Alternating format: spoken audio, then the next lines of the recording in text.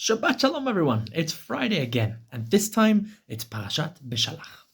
Parashat Beshalach is most famous for the crossing of the Red Sea, or the Reed Sea, Yam Suf, and famously the song Shirat Hayam, the song on the sea that the Jewish people and Moses sang together as, in many ways, a victory march over the Egyptians.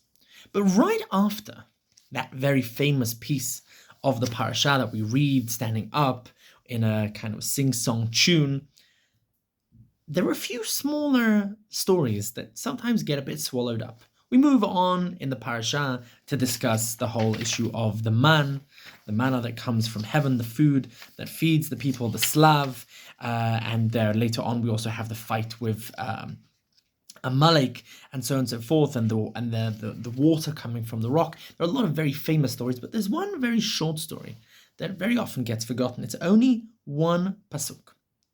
We find that the Jewish people, after crossing the Red Sea, are very thirsty, and they come to a place called Marah. And they cannot drink the water there. And there's a whole complaint against Moses and the leadership. Why can't we drink the water? It's all bitter. And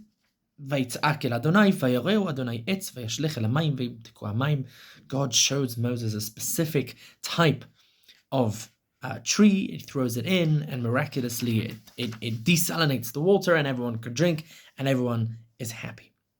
And then there is the pasuk that I would like to focus on today. Vayavo Elima, and they came to Elim, which is another kind of, you could say, special stopping spot in the desert. V'sham shtem esrei enot mayim, and there were 12 different wells. V'shivim tmarim, and 70 huge date palms. V'yachanu sham ala mayim, and they rested there next to the waters. V'yisu me'elim v'yavo kol adat bnei Yisrael el midbar sin asher ben Elim ben Sinai ב15 לחודש השני לצאתם מארץ מצרים. And then the story moves on. We have this little hiatus in this little paradisal kind of spot, resting place called Elim. And there, beautifully, the only thing we know about that place is that there were 12 water wells or springs and 70 date palms. Now, obviously, the water represents drinking and the dates represent eating, so there's food and water, very major themes going through this whole parasha. We saw the water of Marah and later hitting the rock and the manna and so on and so forth. This is part of the general theme. But beautifully, Rashi quotes the Midrash that says, 12 enot mayim keneged yudbet shvatim nizdamnu lehem. There were 12 different water wells. 12 is a very symbolic number. There are 12 tribes. The Shivim Tmarim, and 70 dates. Keneged Shivim Hazkenim, which is symbolic of the 70 Zikenim, the 70 leaders, judges of the Jewish people. And I want to take this opportunity to delve into an idea which I think very often is a topic of discussion in our modern day parlance, but we don't always bring forth a Jewish perspective, which I think can be very, very helpful in understanding this very, very sticky conundrum. There is a famous statement that you might probably have heard. Some would call it a progressive statement, some would call it a liberal statement, some would call it a left-wing statement, some would just call it a humanitarian statement. But nonetheless, the statement is diversity is our strength. That through diversity we can be stronger, a more just society, a more socially oriented society, social justice, and so on and so forth. And I think that Judaism has a lot to say about that.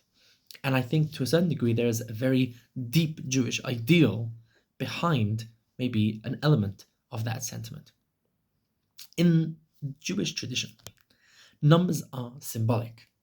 And this is very famously felt on every Seder night. For those communities that have the tradition of singing, who knows one? I know one. One is Hashem. 2 are the tablets that Moses brought. 3 are the fathers. 4 are the mothers. 5 are the books of the Torah, and so on and so forth.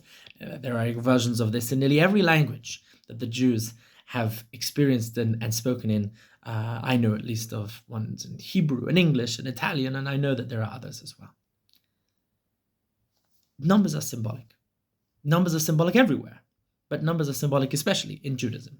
And when we come to the number 70, which is what we see in our pasuk, Shivim Tmarim, 70 huge date palms.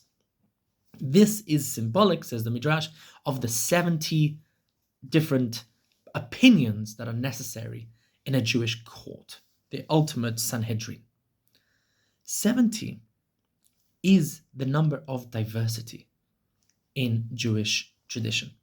We have 70 nations, Shivim Umot HaOlam. There's the element of the 70 different bulls that are brought over Pesach that symbolize these 70 nations. The Jewish people went down to Egypt with the number 70. This idea of the society, a bringing together a myriad of options.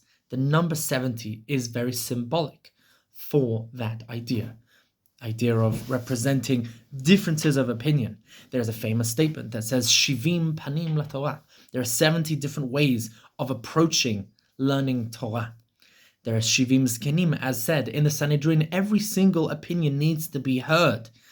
The Sanhedrin themselves need to know all of the languages, Shivim lashon, the different languages of the world. Shivim is a symbolic number that represents all of the different options on the table. And yet, beautifully, the number Shivim is not infinite. The number 70, Shivim, has a very clear structure. You could say it's a multiplicity of 7 or of 10, and there's lots of different internal symbolisms going on there. But nonetheless, it's not 71, it's not 72, it's 70. And the question goes, why 70?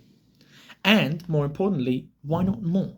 If diversity is our strength, as the statement goes, then seemingly we should try and grow that number. Maybe 100, maybe 150. Why stick to the number 70?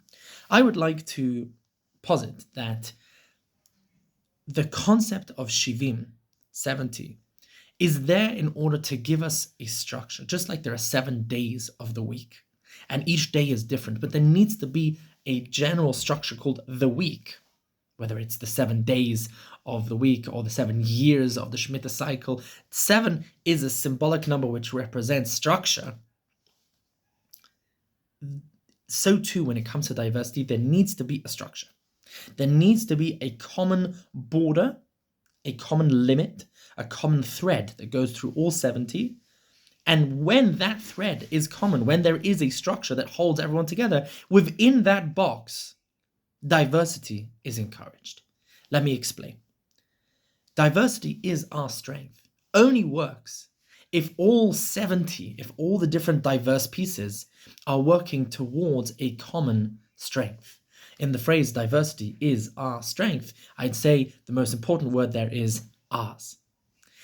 If we have differences of opinion, they are only positive and only fruitful and can only help us grow forwards if we all have a direction that we aim together to go forwards in. If we have a common goal, if we have a common set of ideals, which we obviously can argue about which ideals are more important or less important, but if we don't have a shared framework, then diversity does not become a strength, but rather becomes a weakness. If we share, for example, classic example is the United States of America, the melting pot of ideas. If everyone shares that you might be, Dominican American, and you might be Russian American, you might be Italian American and Irish American, but if everyone is American, then the diversity of experiences helps to strengthen the common theme of being American. And that could be the same thing in England or in Israel or Jewish. You can be Polish Jewish, and you can be Ethiopian Jewish, and you can be Russian Jewish, and you can be American Jewish, and you can be Venezuelan Jewish. But as long as we're all Jewish, as long as we all share that commonality, then all of our diversity is strength. The biggest challenge I feel today is sometimes we strive for that diversity, but we do not share the commonalities. We do not share the common goals, the common values, the common ideals. And as such, we will find experiences such as we find this week in the news in Minneapolis, in Minnesota, in Manchester, in different places where certain communities that are diverse are actually pulling in opposite directions and not in the same direction. That is part of the challenge. So if we come back to our pasuk, the Jewish people as a whole moves together, but they are able to split into 70 different directions, 70 different dates, different trees that grow different fruits, potentially that grow different ideas, different relationships with the Torah, Shivim Panim LaTorah, Shivim Zkenim. Each one is able to bring us in a slightly different direction as long as it says there, Vayachanu Sham Alamayim, that they are able to dwell together, diverse, but together. Shabbat Shalom.